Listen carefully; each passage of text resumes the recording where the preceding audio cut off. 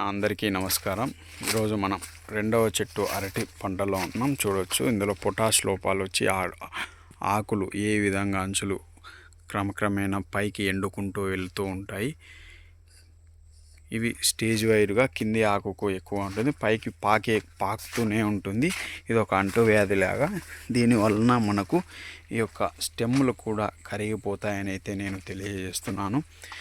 ఎందుకంటే మనకు ఉన్నటువంటిది మనం ఇదివరకు ఇచ్చిన ఫర్టిలైజర్స్ అన్నీ కూడా ఈ యొక్క ఆకులలో అంటే మట్టలలోనే ఉంటుంది. ఈ మట్టలు కరిగిపోవటం వలన మన యొక్క పంట పూర్తిగా వీక్ పొజిషన్కి చేరి గెలలు ఎల్లకం అనేది కూడా సరిగ్గా ఉండదని అయితే నేను తెలియజేస్తున్నాను. ఒకవేళ వెళ్ళినా కూడా పెద్ద గెలలు అనేది రావు. దీనివల్ల మనం చాలా నష్టపోతామని కూడా ఈ యొక్క వీడియో ద్వారా నేను తెలియజేస్తున్నాను. చూడవచ్చు మొత్తం ఏ విధంగా ఉన్నాయనేసి కూడా. సో ఇలాంటి వాటికి మనం ఇలాంటి పొటాష్ లోపం నుంచి మనం బయటపడడానికి కొందరు ఏంటంటే దీన్ని సిగటోగా అని కూడా అంటుంటారు. సిగటోగా ఇంకా రాలేదు. మనకు సిగటోగా అయితే ఆకులు మచ్చలుగా ఏర్పడి దాని యొక్క ప్రభావం కూడా వేరుగా ఉంటుంది, పసుపు పచ్చగా చుక్కలుగా ఉంటుంది. సో అలాంటిది అయితే కాదు, ఇది పొటాష్ లోపం.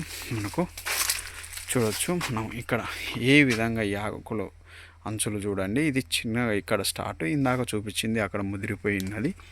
సో ఇలాంటి వాటికి మనం సృష్టి కంపెనీలో ఫ్రూటెక్స్ అనేటువంటిది అంటే దానిలో ఉన్నటువంటి మాలిక్యూలు పొటాష్, మెగ్నీషియం, సల్ఫర్ ఉండటం వల్ల మొక్క పొటాష్ లోపం నుంచి బయటపడుతుంది. అదేవిధంగా మట్ట బలాలు అయితే పెరుగుతూ ఉంటాయి, నలుపుదనం కూడా వస్తుంది. మనం ఇలాంటి తెగులు ఉన్నటువంటి వాటికి ఇంత మట్ట అనేది పూర్తిగా ఎరుపుదనంలో కూడా ఉంటుంది, అంటే పసుపు వర్ణంలో. సో అలాంటి వాటి నివారణకు మనం చెప్పినటువంటివి చేసుకుంటే మంచిగా ఉంటుందని అయితే నేను తెలియజేస్తున్నాను. ఎందుకంటే మనం చాలామందికి కూడా వదిలిస్తున్నాము.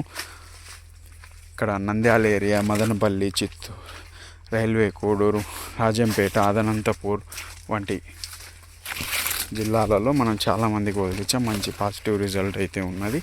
ఇది మనం చెప్తున్నటువంటిది కూడా పాత ప్రోడక్ట్, ఏది కొత్తది అయితే కాదు. దీనికి తోడు మనం మైక్రోన్యూట్రియన్స్ కలిగినటువంటివి డ్రిప్లో ఇచ్చుకొని, నేను చెప్పినటువంటి ఫ్రూటెక్స్ కూడా డ్రిప్ ఉన్నవారు డ్రిప్పులో లేనటువంటి వారు మనం వేసేటువంటి కాంప్లెక్స్ ఎరువులు అంటే ఫర్టిలైజర్స్లలో కలిపి పెట్టుకున్నట్లయితే దీని యొక్క ప్రభావం నుంచి మనం బయటపడవచ్చు.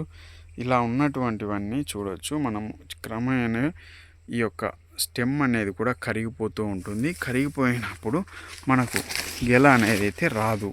నేను దీనికి ఖచ్చితంగా చెప్పగలను. మీరు చాలామంది కూడా ఆల్రెడీ మనం వేసుకున్నటువంటి వాళ్ళు ఏ విధంగా ఉన్నారో ఈ యొక్క వీడియోలో కామెంట్ రూపంలో కూడా మీరు తెలుపగలరని అయితే ఆశిస్తున్నాను. చూడవచ్చు మనం ఏ విధంగా ఉన్నాయనేసి. ఇలాంటి వాటి వలన మనం చాలా నష్టపోయే అవకాశం కూడా ఉన్నది. కాస్త గమనించుకున్నప్పుడు వెంటనే దాని యొక్క నివారణకు మనం తోడ్పడి